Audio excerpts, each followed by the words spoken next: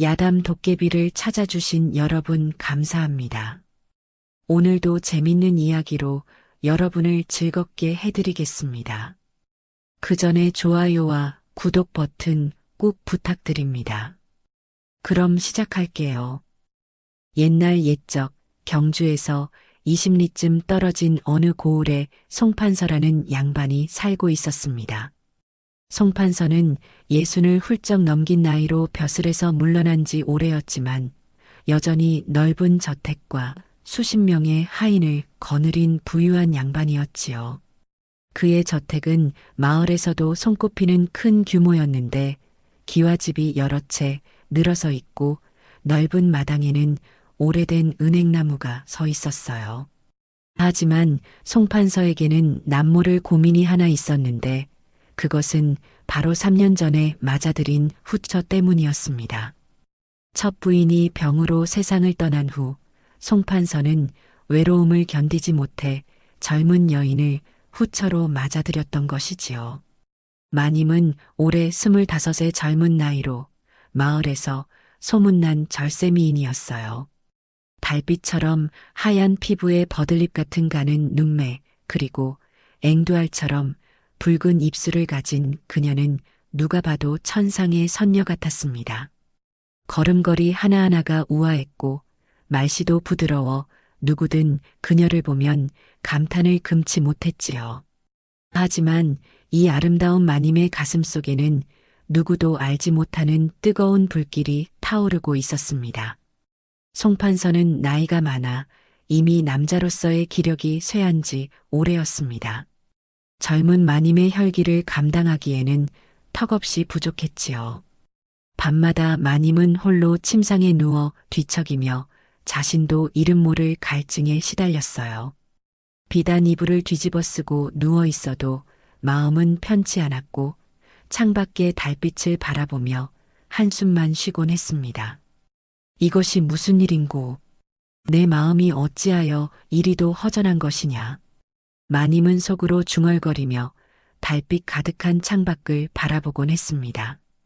고요한 밤 마님의 마음은 바람에 흔들리는 등불처럼 불안하게 요동쳤지요. 겉으로는 고고하고 품이 있는 양반댁 마님이었지만 속으로는 무언가를 간절히 갈구하고 있었어요. 송판서는 나이 들어 일찍 잠자리에 들곤 했고 마님과의 대화도 거의 없었습니다.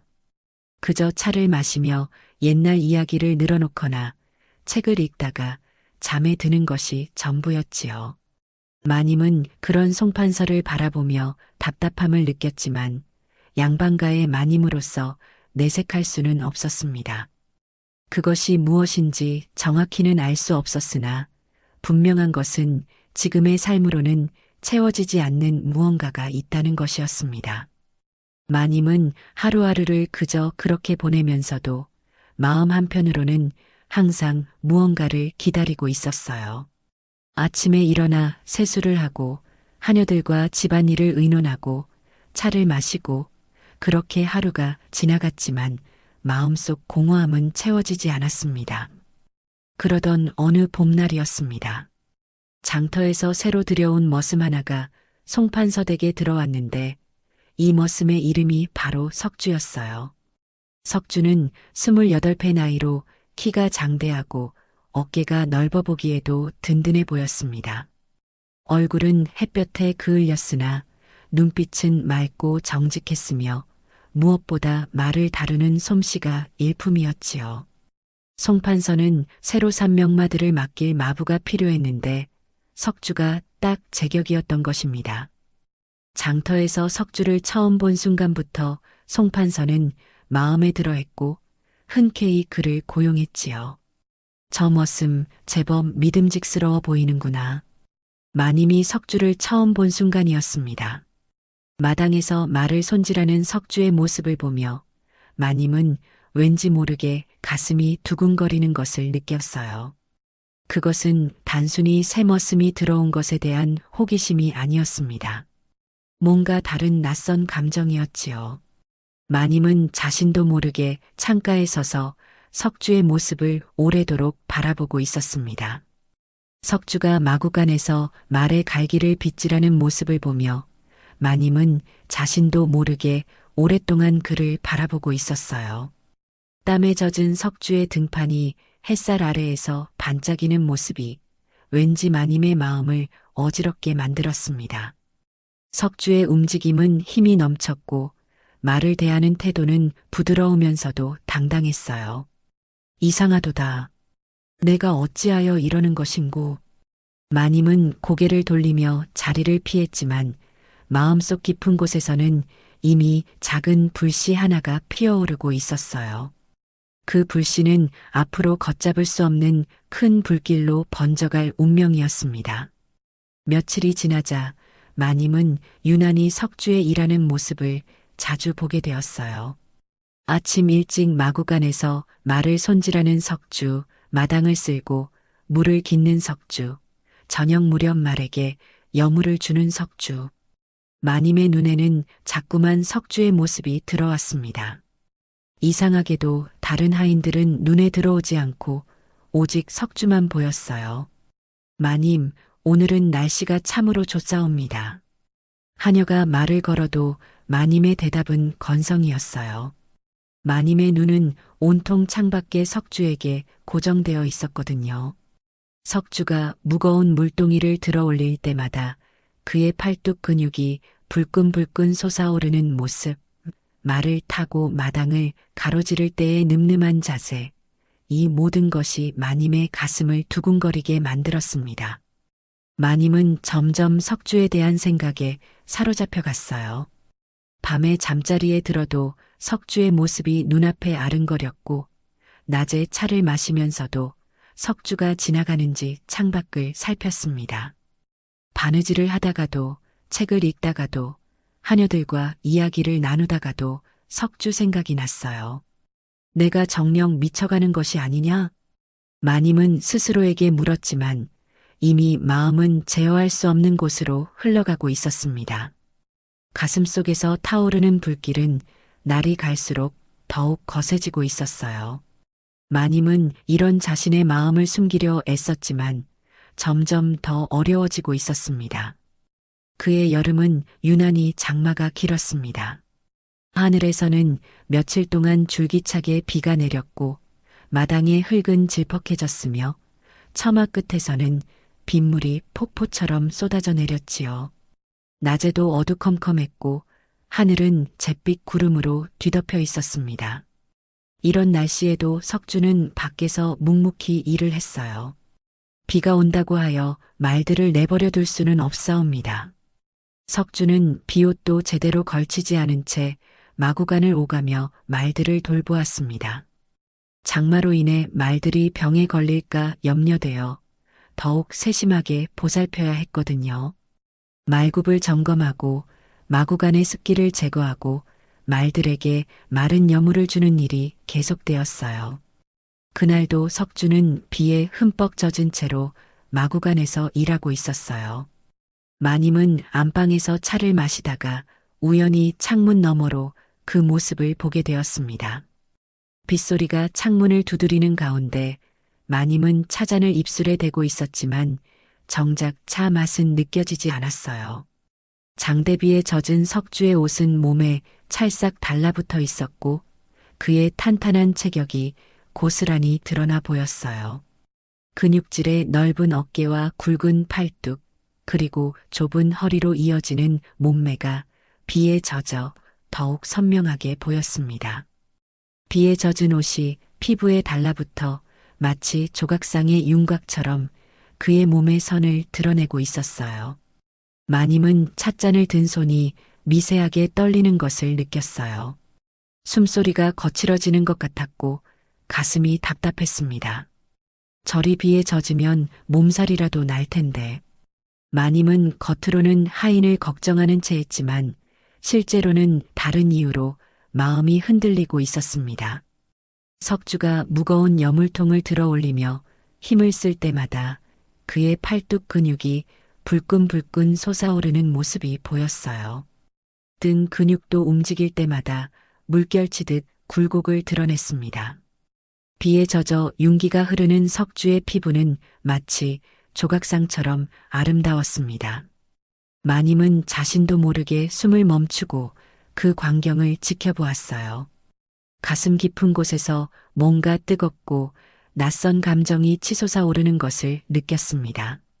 그것은 지금까지 한 번도 경험해 보지 못한 강렬한 감정이었지요. 마님의 얼굴에는 홍조가 떠올랐고 몸이 뜨거워지는 것 같았어요. 마치 안에서 불이 타오르는 듯한 느낌이었습니다. 아니로다. 이런 마음을 품어서는 아니 되느니. 마님은 고개를 돌리려 했지만 눈은 계속해서 석주에게 고정되어 있었어요. 석주가 일을 마치고 처마 밑으로 피하는 모습을 보며 마님은 괜히 아쉬운 마음이 들었습니다. 더 보고 싶었고 더 가까이서 보고 싶었어요. 바로 그 순간이었어요. 석주가 젖은 웃옷을 벗어 짜기 시작했습니다. 비에 흠뻑 젖은 옷에서 물이 뚝뚝 떨어지는데 상반신이 그대로 드러난 석주의 몸은 정말 장관이었어요. 넓은 가슴과 탄탄한 복부, 그리고 굵직한 팔뚝이 희미한 햇살 한 줄기와 함께 마님의 눈에 들어왔습니다. 석주의 몸에는 군더더기 없이 단단한 근육만이 가득했고 일하며 다진 몸은 완벽한 비율을 자랑하고 있었어요. 마님은 그만 찻잔을 놓쳐버리고 말았습니다. 어머나. 다행히 찻잔은 깨지지 않았지만 차는 방바닥에 쏟아졌습니다. 마님은 황급히 걸레를 가져와 닦으면서도 마음은 온통 석주 생각뿐이었어요. 손이 떨려서 제대로 닦지도 못했고 자꾸 창밖을 훔쳐보게 되었습니다. 내가 정녕 어찌 된 것이냐? 마님은 자신의 마음 상태를 도무지 이해할 수가 없었습니다. 지금까지 살면서 이런 감정을 느껴본 적이 없었거든요. 하지만 분명한 것은 석주를 보는 순간 가슴 깊은 곳에서 무언가 타오르기 시작했다는 것이었어요. 이 감정이 무엇인지, 왜 이런 감정이 드는지 마님 자신도 정확히 알 수 없었지만 거부할 수 없는 강렬함이 있었습니다. 그날 밤 마님은 잠을 이루지 못했습니다. 눈을 감으면 비에 젖은 석주의 모습이 아른거렸고 그의 탄탄한 몸매가 계속해서 머릿속을 맴돌았어요. 옷을 벗고 물을 짜던 그 모습, 근육의 굴곡, 윤기 나는 피부, 모든 것이 생생하게 떠올랐습니다. 이래서는 아니 되는데. 마님은 베개를 뒤척이며 중얼거렸지만 이미 마음속 불길은 활활 타오르기 시작한 뒤였습니다. 송판서가 곁에서 코를 골며 자고 있었지만 마님의 마음은 전혀 다른 곳을 향하고 있었어요. 마님은 송판서를 바라보았지만 아무런 감정도 느껴지지 않았습니다. 오히려 답답함만 더욱 커질 뿐이었어요. 며칠 동안 마님은 석주를 멀리하려고 애를 썼습니다. 창가에 앉지도 않고 마당 쪽을 보지도 않으려 했어요. 하지만 그럴수록 석주에 대한 생각은 더욱 강렬해졌습니다. 보지 않으려 할수록 더 보고 싶어졌고 생각하지 않으려 할수록 더 생각이 났어요. 마님, 오늘 저녁 진지는 무엇으로 올릴까요? 하녀가 물어도 마님은 제대로 대답을 하지 못했어요. 머릿속은 온통 석주 생각뿐이었거든요. 석주는 지금 무엇을 하고 있을까? 말들은 잘 돌보고 있을까? 저녁은 제대로 먹었을까? 혹시 비에 젖어 몸살은 나지 않았을까? 마님의 하루는 온통 석주에 대한 생각으로 가득 차 있었습니다. 아침에 눈을 뜨면 석주가 생각났고 밤에 잠들 때도 석주가 생각났어요. 마님은 자신이 점점 깊은 곳으로 빠져들고 있다는 것을 알았지만 멈출 수가 없었습니다. 며칠 후 마님은 더 이상 자신의 마음을 억제할 수 없었습니다. 석주에 대한 생각이 하루 종일 머릿속을 떠나지 않았고 밤마다 그를 꿈속에서 만나곤 했어요. 꿈에서 석주는 마님에게 다가와 미소를 지었고 마님은 그 꿈에서 깨어나고 싶지 않았습니다. 이럴 수는 없도다. 직접 알아봐야겠구나. 마님은 결심을 굳히고는 석주가 어디서 무엇을 하며 지내는지 알아보기로 했습니다. 석주는 보통 해질 무렵이면 하루 일과를 마치고 뒷산 쪽으로 사라지곤 했어요. 마님은 그 모습을 며칠 동안 지켜본 후 마침내 따라가기로 결심했습니다. 마님은 하녀들에게 들키지 않게 조심스럽게 석주의 뒤를 따라갔습니다. 저녁 노을이 지는 시각, 마님은 평소 입지 않던 소박한 옷을 걸치고 석주의 뒤를 밟았어요. 가슴이 두근거렸고 발소리가 들릴까봐 조심스럽게 걸었습니다. 뒷산 중턱에는 마구간 옆에 작은 방 하나가 있었는데 그곳이 바로 석주가 머무는 곳이었어요. 방은 작았지만 깨끗하게 정리되어 있었고 주변에는 말을 손질하는 도구들이 놓여 있었습니다. 저기가 석주의 처소로구나. 마님은 나무 뒤에 숨어서 그 작은 방을 살펴보았습니다. 마님의 가슴은 두근두근 뛰었어요. 이제 곧 석주를 만날 수 있을 거라는 생각에 설렘과 긴장이 동시에 밀려왔습니다. 마님은 어떻게 다가가야 할지, 무슨 말을 해야 할지 머릿속으로 계속 생각했어요. 그런데 바로 그때였어요. 작은 방의 문이 열리면서 누군가 나오는 모습이 보였습니다. 하지만 그것은 석주가 아니었어요. 젊은 여인 하나가 문을 열고 나오는 것이었습니다. 여인의 얼굴에는 수줍은 미소가 가득했고 걸음걸이가 가벼워 보였어요. 저게 집은 누구냐? 마님은 깜짝 놀랐어요. 그 여인은 바로 송판서댁에서 일하는 여종 매화였습니다. 매화는 19살의 어린 나이였지만 순박하고 정직한 성품으로 집안 사람들의 사랑을 받고 있었어요. 얼굴은 그다지 곱지 않았지만 맑은 눈빛과 착한 성품 때문에 모두가 좋아하는 아이였습니다. 매화가 어찌하여 저기서 나오는 것이냐? 마님은 의아해하며 더 가까이 다가갔습니다. 바로 그 순간이었어요. 작은 방 안에서 석주의 목소리가 들려왔습니다. 매화야, 벌써 돌아가야 하느냐? 석주의 목소리는 부드러웠고 아쉬움이 묻어 있었어요. 네, 오라버니. 너무 늦으면 들킬까 염려되옵니다. 매화의 목소리도 다정했고 석주를 향한 애정이 가득했습니다. 그렇다면 어쩔 수 없구나. 내일도 올 수 있겠느냐? 물론이옵지요. 오라버니를 위해서라면 어디든 가겠나이다. 두 사람의 대화를 듣는 순간 마님은 마치 머리를 망치로 얻어맞은 것 같은 충격을 받았어요. 가슴이 철렁 내려앉는 것 같았고 눈앞이 아찔해졌습니다. 설마 저 둘이. 마님은 믿고 싶지 않았지만 상황은 너무도 명확했습니다. 작은 방문 앞에서 석주와 작별 인사를 나누는 매화의 모습을 보니 둘 사이의 관계가 어떤 것인지 짐작할 수 있었어요. 더군다나 매화의 옷매무새가 어딘가 어수선해 보였고 얼굴에는 수줍은 홍조가 어려 있었습니다. 머리카락도 조금 흐트러져 있었고 석주를 바라보는 눈빛이 너무나 애틋했어요. 마님의 가슴 속에서는 질투와 분노가 동시에 치솟았습니다. 어찌 감히. 마님은 주먹을 불끈 쥐었습니다. 손톱이 손바닥을 파고들 정도로 세게 쥐었지만 아픔은 느껴지지 않았어요. 자신이 그토록 애타게 생각하던 석주가 다른 여자와 이미 깊은 사이였다는 사실이 도저히 받아들여지지 않았습니다. 더군다나 그 상대가 자신보다 한참 어리고 신분도 낮은 여종이라는 것이 더욱 자존심을 상하게 했습니다. 매화가 산길을 내려가는 모습을 지켜본 마님은 석주를 향한 마음이 더욱 간절해지는 것을 느꼈어요.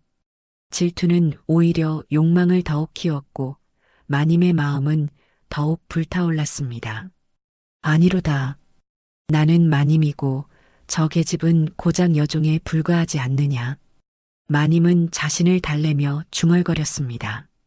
석주도 분명 나를 더 좋아할 것이로다. 나는 아름답고 고귀한 몸이 아니냐. 하지만 마음 한편으로는 불안함이 계속 자리 잡고 있었어요. 매화와 석주 사이에 이미 깊은 정이 있다는 것을 확인한 지금 자신이 끼어들 여지가 있을지 확신할 수 없었습니다. 그들의 대화에서 느껴지는 애정은 진심이었고 서로를 아끼는 마음이 역력했어요. 마님은 나무 뒤에 숨어 석주의 방을 한참 동안 바라보았습니다. 방 안에서는 등불이 켜지고 석주의 그림자가 벽에 비쳤어요. 마님은 그 그림자를 보며 가슴이 먹먹해지는 것을 느꼈습니다. 그날 밤 마님은 잠을 이루지 못한 채 천장만 바라보며 밤을 지새웠어요. 머릿속에서는 온갖 생각들이 복잡하게 얽혀 있었고 가슴에서는 질투의 불길이 활활 타오르고 있었습니다. 매화와 석주가 함께 있는 모습이 계속 떠올랐고 그 생각을 할 때마다 가슴이 찢어지는 것 같았어요. 그로부터 며칠이 지났지만 마님의 마음은 조금도 진정되지 않았습니다. 오히려 날이 갈수록 석주에 대한 갈망은 더욱 커져만 갔어요. 매화와 석주의 관계를 알게 된 후로는 질투심까지 더해져서 마님의 마음은 더욱 복잡해졌습니다. 내가 어찌하여 이래야 하는 것이냐? 나는 당당한 양반 마님인데. 마님은 하루에도 수십 번씩 이런 생각을 했지만 석주를 향한 마음은 도저히 억누를 수가 없었어요. 매화를 볼 때마다 마님의 가슴에는 질투가 타올랐고 석주를 볼 때마다 욕망이 치솟았습니다. 그러던 어느 날 밤이었습니다. 송판서가 친구들과 술자리를 갖기 위해 밤늦게 외출을 했어요. 집안은 고요했고 하인들도 모두 잠든 시간이었습니다. 달빛만이 고요한 마당을 비추고 있었고 가끔 바람에 나뭇잎이 바스락거리는 소리만 들렸어요. 마님은 침상에 누워 있었지만 도저히 잠이 오지 않았어요. 송판서가 나간 후로 마님의 마음은 더욱 불안해졌고 석주에 대한 생각이 더욱 강렬해졌습니다. 오늘은 기회로다. 마님은 용기를 내어 자리에서 일어났습니다. 더 이상 이 갈증을 참을 수 없다고 생각했어요. 마님은 거울 앞에 서서 자신의 모습을 살폈습니다. 머리를 다시 빗고 옷매무새를 가다듬고 입술에 연지를 살짝 발랐어요. 마님은 조용히 방문을 열고 복도로 나왔습니다. 달빛이 희미하게 마당을 비추고 있었고 온 세상이 고요한 밤이었어요. 마님은 발걸음을 옮겨 석주가 거처하는 작은 방으로 향했습니다. 가슴은 두근두근 뛰었고 손바닥에는 긴장 때문에 땀이 맺혔어요. 마당을 가로지르는 동안 마님의 마음은 복잡했습니다. 가야 할까 말아야 할까? 하지만 발걸음은 이미 석주의 방을 향하고 있었어요. 뒷산으로 향하는 길은 어두웠지만 마님은 낮에 한번 와봤기 때문에 길을 알고 있었습니다. 정녕 이래도 되는 것일까? 마님은 잠시 망설였지만 이미 마음은 굳게 결심한 상태였습니다. 석주의 방 앞에 다다른 마님은 살짝 문틈으로 안을 들여다보았어요. 석주는 등불 하나만 켜놓은 채 혼자서 무언가를 하고 있었습니다. 말 고삐를 손질하고 있는 것 같았어요. 석주야. 마님은 작은 목소리로 그의 이름을 불렀어요. 석주는 깜짝 놀라며 고개를 돌렸습니다. 마님이 이런 밤중에 자신의 방 앞에 서 있다는 것이 믿기지 않았어요. 마님, 이런 밤 늦은 시각에 웬일이시옵니까? 석주는 황급히 일어나 무릎을 꿇었어요. 마님의 갑작스러운 방문에 당황한 기색이 역력했습니다. 손에 들고 있던 고삐를 놓치고 얼굴에는 놀람과 당혹감이 가득했어요. 일어나거라, 석주야. 마님은 평소와 다른 부드러운 목소리로 말했어요. 마님의 목소리에는 애원하는 듯한 떨림이 있었습니다. 소인이 무슨 잘못을 저질렀사옵니까? 이렇게 밤늦게 찾아오시다니. 잘못한 것은 없느니라. 마님은 잠시 말을 멈추고 석주를 바라보았습니다. 등불 아래에서 보는 석주의 얼굴은 더욱 남성적이고 매력적으로 보였어요. 그을린 피부에 당황한 표정이 역력했지만 그 모습마저 마님에게는 매력적으로 보였습니다. 다만 나에게는 너의 도움이 필요하도다. 도움이라 하시면 내 마음이 너무도 답답하구나. 이 답답함을 달래줄 수 있는 사람은 오직 너뿐이로다. 마님의 말에 석주는 더욱 당황했습니다. 마님의 눈빛이 평소와 다르다는 것을 느꼈기 때문이에요. 마님의 눈에는 뭔가 간절한 것이 담겨 있었고 목소리도 평소와 달리 떨리고 있었어요. 마님 소인은 나는 양반 마님이로되 그 이전에 하나의 여인이로다. 마님은 한 걸음 더 가까이 다가갔어요. 석주는 뒤로 물러서려 했지만 이미 벽에 등이 닿아 있었습니다. 너도 알고 있지 않느냐? 송판서는 이미 늙으셔서 나의 마음을 헤아려 주지 못한다는 것을. 석주는 마님의 말을 들으며 가슴이 쿵쿵 뛰는 것을 느꼈어요. 마님의 아름다운 얼굴이 등불빛에 더욱 곱게 보였고 그녀에게서 풍겨오는 향기가 석주의 정신을 어지럽게 만들었습니다. 달콤하면서도 은은한 향기가 작은 방 안을 가득 채웠어요. 마님, 이런 일은 옳지 않사옵니다. 석주는 마지막 이성을 붙잡으려 했지만 마님은 이미 그의 곁까지 다가와 있었어요. 마님의 얼굴이 너무 가까이 있었고 그녀의 숨소리까지 느껴졌습니다. 옳고 그름이 무엇이 중요하냐? 지금 내게 필요한 것은 위로뿐이로다. 마님은 석주의 손을 잡았습니다. 그 순간 두 사람 모두 전율을 느꼈어요. 마님의 부드러운 손과 석주의 거친 손이 만나는 순간 뭔가 뜨거운 것이 두 사람 사이를 흘렀습니다. 마님, 더 이상 말하지 마라. 오늘 밤만은 그저 한 남자와 한 여자일 뿐이로다. 결국 두 사람 사이에 금단의 선이 무너지는 순간이었습니다. 달빛이 스며드는 작은 방 안에서 양반 마님과 머슴은 신분의 경계를 넘어 하나가 되었어요. 등불이 흔들리며 두 사람의 그림자를 벽에 드리웠고 밤은 깊어만 갔습니다. 그날 밤은 마님에게도 석주에게도 결코 잊을 수 없는 밤이 되었습니다. 마님은 지금까지 느껴보지 못한 짜릿한 쾌락에 완전히 빠져들었고 석주는 마님의 성숙한 여인으로서의 매력에 압도당했어요. 마님이 보여준 열정과 간절함은 순박한 매화와는 전혀 다른 것이었습니다. 석주야, 너 없이는 살 수 없을 것 같구나. 마님은 석주의 품에 안겨 속삭였습니다. 석주도 처음에는 두려움과 죄책감에 떨었지만 점점 마님의 매력에 사로잡혀 갔어요. 마님의 부드러운 피부, 달콤한 향기, 뜨거운 열정, 모든 것이 석주를 압도했습니다. 새벽이 밝아오자 마님은 조심스럽게 자신의 방으로 돌아갔습니다. 하지만 두 사람의 가슴 속에는 이미 지울 수 없는 불씨가 타오르고 있었어요. 마님은 방으로 돌아와서도 한참 동안 잠들 수 없었고 석주는 방 안을 서성이며 무슨 일이 일어난 것인지 정리할 수 없었습니다. 그날 밤 이후 석주의 마음은 완전히 혼란에 빠졌습니다.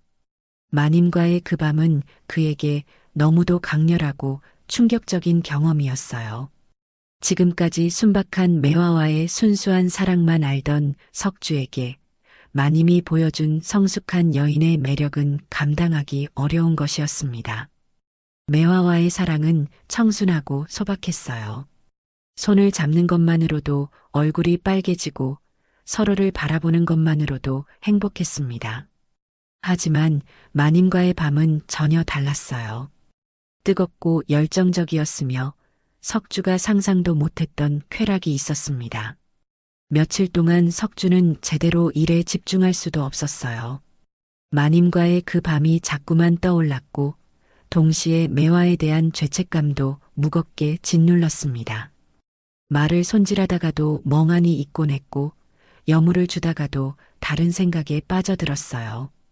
내가 무슨 짓을 한 것이냐? 석주는 혼자 중얼거리며 괴로워했어요. 한편 매화는 석주의 달라진 모습을 눈치채고 있었습니다. 평소 다정하던 석주가 요즘 들어서는 어딘지 모르게 어색하고 부자연스러웠거든요. 눈을 마주치지 않으려 하고 대화도 예전처럼 편하지 않았어요. 오라버니, 요즘 어찌하여 그리 심란해 보이시옵니까? 어느 날 저녁 매화가 석주의 방에서 물어보았습니다. 석주는 매화의 손을 잡아주지도 않고 예전처럼 따뜻한 미소를 짓지도 않았어요. 무슨 말이냐? 석주는 매화의 눈을 피하며 대답했습니다. 예전과 다르시옵니다. 소녀와 함께 계실 때에도 마음이 다른 곳에 있으신 것 같사옵니다. 매화의 말에 석주는 더욱 당황했습니다.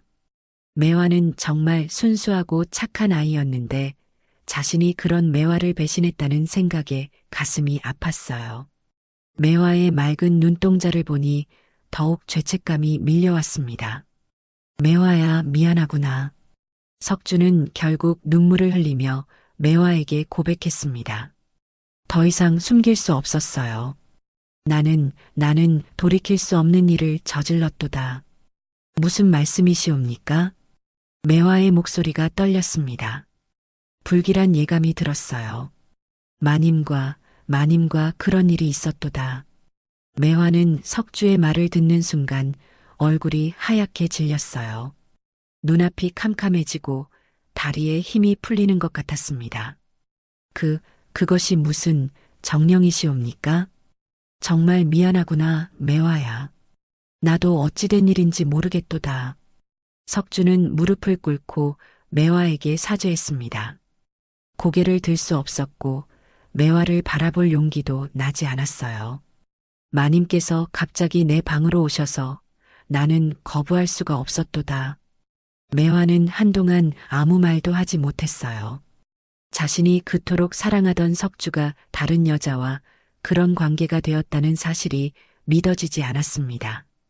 더군다나 그 상대가 마님이라니 눈물이 주르륵 흘러내렸지만 매화는 소리내어 울지 않았어요. 오라버니께서 정녕 그런 일을. 매화의 목소리는 떨리고 있었어요. 미안하구나. 정말 미안하도다.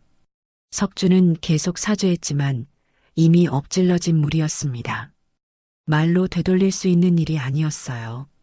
그렇다면 이제 저와는 아니로다, 매화야. 너를 사랑하는 마음은 변치 않았도다. 하지만 석주의 말은 설득력이 없었어요. 실제로 석주 자신도 마님의 매력에 점점 더 빠져들고 있다는 것을 느끼고 있었거든요. 마님과의 그 밤 이후 석주의 마음은 이미 변하고 있었습니다. 거짓말이옵니다. 매화는 눈물을 흘리며 일어났습니다. 눈물이 볼을 타고 흘러내렸지만 매화는 닦지도 않았어요. 오라버니는 이미 달라지셨사옵니다. 저를 보는 눈빛도 저를 대하는 태도도 모든 것이 변하였사옵니다. 매화야, 이제 그만하옵소서. 소녀는 오라버니를 기다리지 않겠나이다. 매화는 그 말을 남기고 석주의 방을 나가버렸습니다. 뒤돌아보지도 않고 빠른 걸음으로 산길을 내려갔어요. 석주는 매화의 뒷모습을 바라보며 가슴이 찢어지는 듯한 아픔을 느꼈습니다. 하지만 동시에 마님에 대한 갈망도 점점 커져가고 있었습니다. 그날 밤부터 석주는 완전히 갈등 속에 빠져들었어요. 매화에 대한 죄책감과 마님에 대한 욕망 사이에서 괴로워하며 자신이 어떻게 해야 할지 알 수 없었습니다. 한편 마님은 석주와의 그 밤 이후로 더욱 대담해졌어요. 틈만 나면 석주를 불러내어 은밀한 시간을 보냈고 석주도 점점 그런 관계에 익숙해져 갔습니다. 마님의 부름을 거부할 수 없었고 거부하고 싶지도 않았어요. 결국 석주는 매화보다는 마님 쪽으로 마음이 기울어지고 있었어요. 마님의 성숙한 매력과 열정은 순박한 매화가 줄 수 없는 것이었거든요. 마님과 함께 있을 때의 짜릿함과 쾌락은 매화와의 순수한 사랑과는 비교할 수 없었습니다. 석주야, 나만 보거라. 마님은 석주를 품에 안으며 속삭였습니다. 마님, 너는 이제 나의 것이로다. 석주는 더 이상 저항할 수 없었습니다. 마님의 달콤한 유혹에 완전히 빠져들고 있었어요. 매화에 대한 미안함은 있었지만 마님을 거부할 수 없었습니다. 매화가 석주와 마님의 관계를 알게 된 후 며칠 동안 울기만 했습니다. 일도 제대로 하지 못하고 밥도 제대로 먹지 않았어요. 얼굴은 수척해졌고 눈은 늘 부서 있었습니다. 그 모습을 지켜본 사람이 있었으니 바로 김부자였습니다. 김부자는 인근 마을에서 가장 부유한 사람 중 하나였는데 평소 매화의 순박하고 착한 모습을 눈여겨보고 있었어요. 김부자는 송판서댁에 일이 있어 자주 드나들었는데 매화의 변한 모습을 보고 무슨 일이 있는지 짐작할 수 있었습니다. 저 아이가 어찌하여 저리 슬퍼하고 있는 것이냐? 김부자는 매화에게 다가가서 물어보았습니다. 김부자는 40 중반의 나이로 인자한 얼굴을 하고 있었어요. 아무것도 아니옵니다. 매화는 황급히 눈물을 닦았지만 김부자는 이미 모든 것을 눈치채고 있었어요. 김부자는 세상 물정을 잘 아는 사람이었고 송판서댁 안에서 무슨 일이 벌어지고 있는지 대충 알고 있었습니다. 혹시 석주 때문이냐? 김부자의 말에 매화는 깜짝 놀랐습니다. 고개를 들어 김부자를 바라보니 김부자의 눈빛은 따뜻했어요. 어찌하셨사옵니까? 다 보였느니라. 마님과 석주가 어떤 사이인지 말이야. 김부자는 한숨을 쉬며 말했어요. 송판서댁의 하인들 사이에서도 이미 소문이 돌고 있었고 김부자의 귀에도 들어온 터였습니다. 그런 일에 휘말려서는 아니 되느니라. 결국 상처 입는 것은 너 같은 순진한 아이뿐이로다. 매화는 김부자의 말을 들으며 더욱 슬퍼졌어요. 자신의 처지가 얼마나 비참한지 새삼 깨달았기 때문입니다. 자신은 고작 여종에 불과하고 석주는 마님에게 빠져들었으며 자신에게 남은 것은 아무것도 없었어요.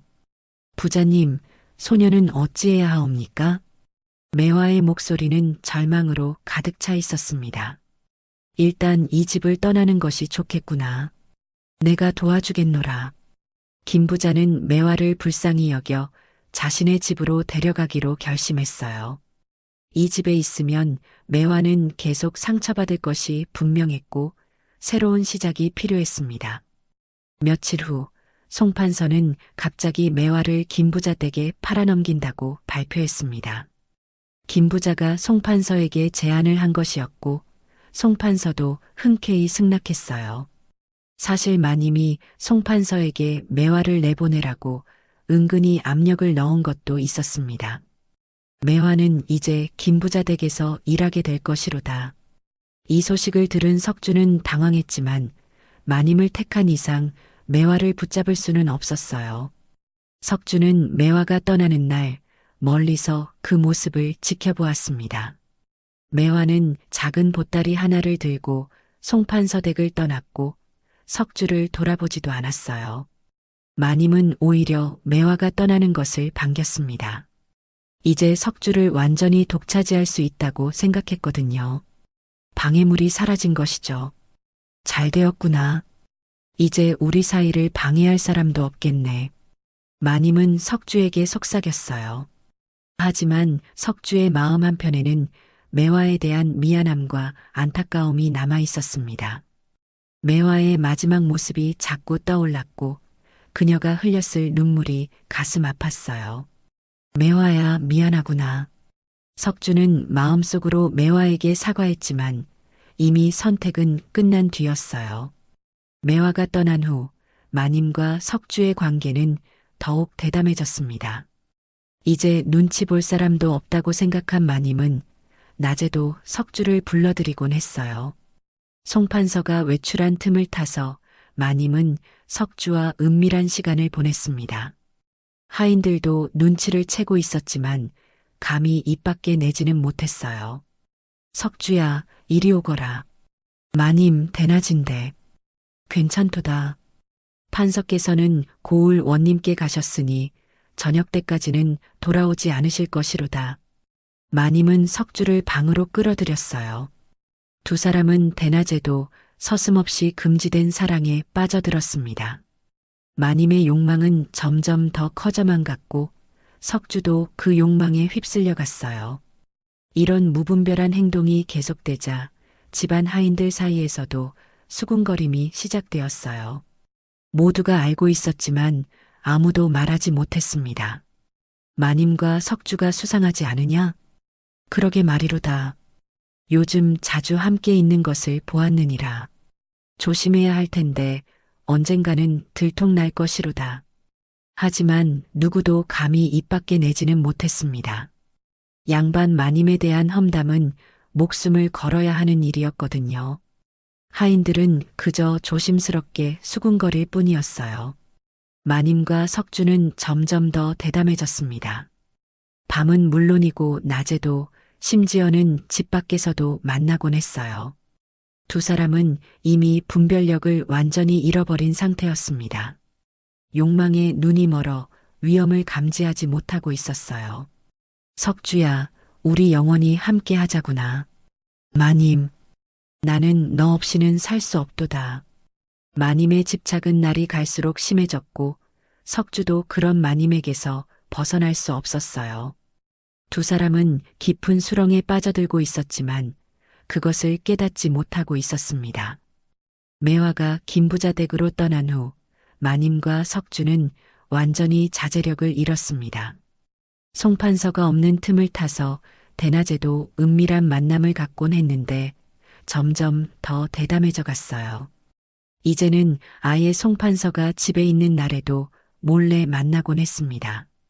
그러던 어느 가을날이었습니다. 마님과 석주는 집 뒤편 대나무 숲에서 만나고 있었어요. 대나무 숲은 울창해서 밖에서는 안이 잘 보이지 않았고 두 사람은 그곳을 은밀한 장소로 여겼습니다. 여기서는 아무도 우리를 보지 못할 것이로다. 마님은 석주의 손을 잡고 대나무 숲 한가운데로 들어갔습니다. 가을 햇살이 따스하게 내리쬐는 조용한 오후였고 두 사람은 서로를 더욱 간절히 원하고 있었어요. 대나무 잎이 바람에 흔들리며 사각거리는 소리만 들렸습니다. 마님, 이렇게 밝은 대낮인데 괜찮겠사옵니까? 괜찮도다. 판서께서는 고을 원님께 가셨으니 저녁 때까지는 돌아오지 않으실 것이로다. 마님은 석주의 걱정을 일축했습니다. 마님은 이미 분별력을 잃은 상태였고 오직 석주와 함께 있고 싶다는 욕망만이 가득했어요. 두 사람은 대나무숲 한가운데에서 뜨거운 사랑을 나누기 시작했습니다. 하지만 바로 그때였습니다. 이게 무슨 꼴이냐? 갑자기 우렁찬 목소리가 대나무 숲을 가로질렀습니다. 마님과 석주는 깜짝 놀라서 서로를 바라보았어요. 그 목소리는 너무나 익숙했고 두 사람은 순간 얼어붙었습니다. 저 목소리는 그곳에 나타난 사람은 바로 송판서였습니다. 예정보다 일찍 돌아온 송판서가 집 뒤편을 지나다가 이상한 기척을 느끼고 온 것이었어요. 송판서의 얼굴은 이미 분노로 새빨개져 있었고 온몸이 떨리고 있었습니다.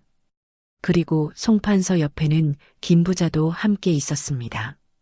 김부자는 송판서와 함께 고을 원림에서 돌아오는 길이었는데 우연히 이 장면을 목격하게 된 것이죠. 김부자의 얼굴에도 충격과 안타까움이 가득했어요. 판서님, 저희는 마님은 황급히 옴매무새를 바로잡으며 변명을 하려 했지만 이미 늦은 뒤였어요.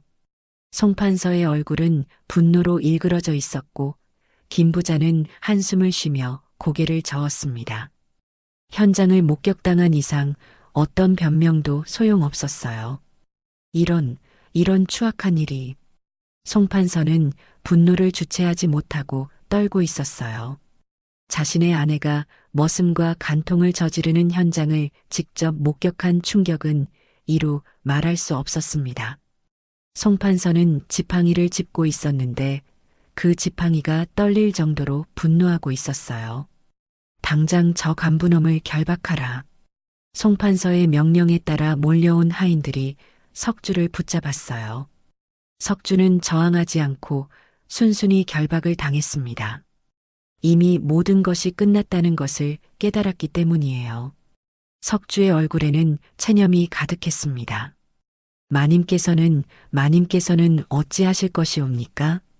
하인 중 하나가 조심스럽게 물어보았습니다. 모두가 송 판서의 반응을 조심스럽게 살피고 있었어요. 마님도 마찬가지로다. 간부지에는 마땅한 벌을 받아야 하느니라. 송 판서는 분노에 찬 목소리로 외쳤어요. 조선시대의 간통은 매우 중한 죄였고 특히 양반가의 마님이 머슴과 간통을 저질렀다는 것은 용서받을 수 없는 일이었습니다. 집안의 명예가 땅에 떨어진 것이었어요. 판서님, 제발. 마님은 무릎을 꿇고 사정했지만 송 판서는 들으려 하지 않았어요. 송 판서는 마님을 쳐다보지도 않고 고개를 돌렸습니다. 당장 관아에 신고하여 법에 따라 처리하겠노라. 결국 마님과 석주는 모두 관아에 끌려가게 되었습니다. 하인들이 두 사람을 결박하여 끌고 가는 모습을 마을 사람들이 모두 지켜보았어요. 송 판서 댁의 스캔들은 순식간에 마을 전체로 퍼져나갔습니다. 김 부자는 이 광경을 지켜보며 안타까운 마음이 들었어요. 특히 매화가 얼마나 상처받았을지 생각하니 마음이 아팠습니다.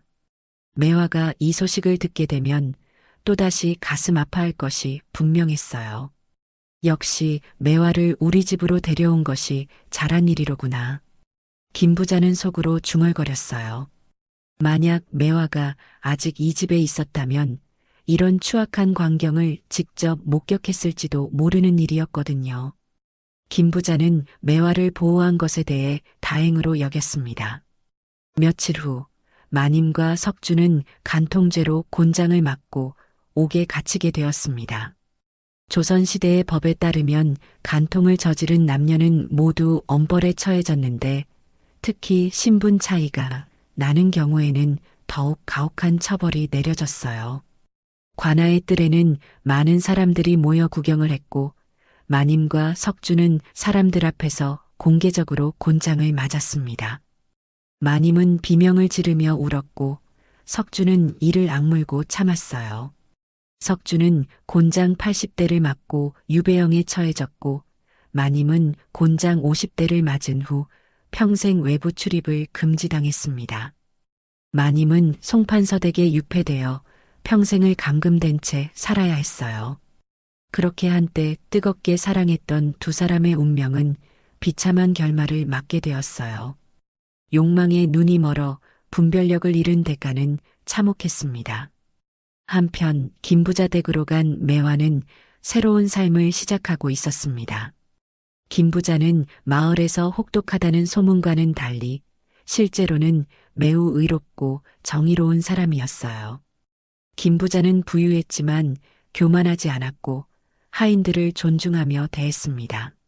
매화를 데려온 것도 단순히 일꾼이 필요해서가 아니라 그녀의 순박함을 아끼고 보호해주고 싶었기 때문이었습니다. 김 부자는 매화를 보며 자신의 딸을 떠올렸고 매화가 행복하기를 진심으로 바랐어요. 매화야, 이제부터는 마음 편히 지내거라. 김 부자는 매화를 딸처럼 아껴주었어요. 김 부자 댁의 생활은 송판서 댁과는 완전히 달랐습니다. 따뜻하고 인정이 넘쳤어요. 고맙사옵니다, 부자님. 매화는 송판서 댁에서의 고통스러운 기억들을 조금씩 잊어가고 있었습니다. 김 부자 댁의 생활은 이전과는 완전히 달랐어요. 하루 세 끼를 제대로 먹을 수 있었고 휴식 시간도 충분했으며 무엇보다 마음이 편안했습니다. 김 부자는 하인들을 가족처럼 대해주었고 매화에게도 충분한 휴식과 좋은 음식을 제공해 주었습니다. 매화는 점점 얼굴에 생기가 돌기 시작했고 웃음도 되찾았어요. 부자님, 어찌하여 소녀에게 이렇게 잘해주시옵니까? 어느 날 매화가 궁금해서 물어보았어요. 김 부자의 친절이 낯설기도 하고 감사하기도 했습니다. 너 같은 착한 아이가 고생하는 것을 보기가 안쓰러워서 그러하느니라. 김 부자는 따뜻한 미소를 지으며 대답했습니다. 세상에는 나쁜 사람들도 많지만 너처럼 순수하고 착한 사람도 있느니라. 그런 사람들이 행복하게 살 수 있어야 세상이 아름다워지는 것이로다. 매화는 김 부자의 말을 듣고 가슴이 뭉클해졌어요. 지금까지 만났던 어떤 사람보다도 김 부자가 진정한 어른다운 모습을 보여주고 있다고 생각했습니다. 매화는 김 부자를 진심으로 존경하게 되었어요. 그러던 어느 날 매화는 송판서 댁에서 일어난 일들에 대한 소식을 듣게 되었어요. 김 부자 댁의 하인 하나가 장터에서 들은 소문을 전해준 것이었습니다. 송판서 댁에 큰일이 났다더구나. 김 부자가 심각한 표정으로 말했습니다. 매화는 가슴이 철렁 내려앉았어요. 무슨 일이옵니까? 마님과 석주가 간통죄로 붙잡혔단다. 매화는 이 소식을 듣는 순간 복잡한 감정에 휩싸였어요. 한편으로는 자신을 배신한 석주에 대한 원망이 있었지만 다른 한편으로는 안타까운 마음도 들었습니다. 한때 사랑했던 사람이었기 때문이에요. 그래서 어찌 되었사옵니까? 매화의 목소리는 떨리고 있었습니다. 석주는 곤장을 맞고 유배를 떠났고 마님은 평생 외출 금지령을 받았다고 하는구나. 김 부자는 한숨을 쉬며 계속했어요. 욕망에 눈이 멀면 결국 이런 결과를 맞게 되는 법이로다. 매화는 석주의 최후를 듣고 마음이 아팠습니다. 그래도 한때는 진심으로 사랑했던 사람이었거든요. 눈물이 주르륵 흘러내렸지만 이번에는 슬픔보다는 안도감이 더 컸어요. 매화야, 너는 현명한 선택을 한 것이로다. 김 부자가 매화의 어깨를 토닥이며 말했어요. 만약 그때 석주를 끝까지 기다렸다면 너도 함께 불행해졌을 것이로다. 네, 부자님 말씀이 옳다옵니다. 매화는 고개를 끄덕였어요. 이제서야 자신이 석주를 포기한 것이 얼마나 다행인 일이었는지 깨달았습니다. 만약 석주와 계속 관계를 유지했다면 지금쯤 자신도 큰 상처를 입었을 것이 분명했어요. 시간이 흘러 매화는 김 부자 댁에서 완전히 새로운 삶을 찾았어요. 김 부자는 매화의 착한 성품을 더욱 아끼게 되었고 나중에는 아이의 양녀로 입적시켜주기까지 했습니다. 이것은 매화에게는 상상도 못했던 일이었어요. 이제부터 너는 내 딸이나 마찬가지로다. 김 부자의 이 한마디에 매화는 감격에 눈물을 흘렸어요. 어려서 부모를 잃고 종살이를 하며 살아온 매화에게는 꿈 같은 일이었습니다. 매화는 김 부자에게 큰 절을 올리며 감사의 마음을 표했어요. 몇 해가 흐른 후 매화는 김 부자가 소개해준 좋은 총각과 혼인을 하게 되었어요. 그 총각은 인근 마을의 서당 훈장으로 학식이 깊고 인품이 훌륭한 사람이었습니다.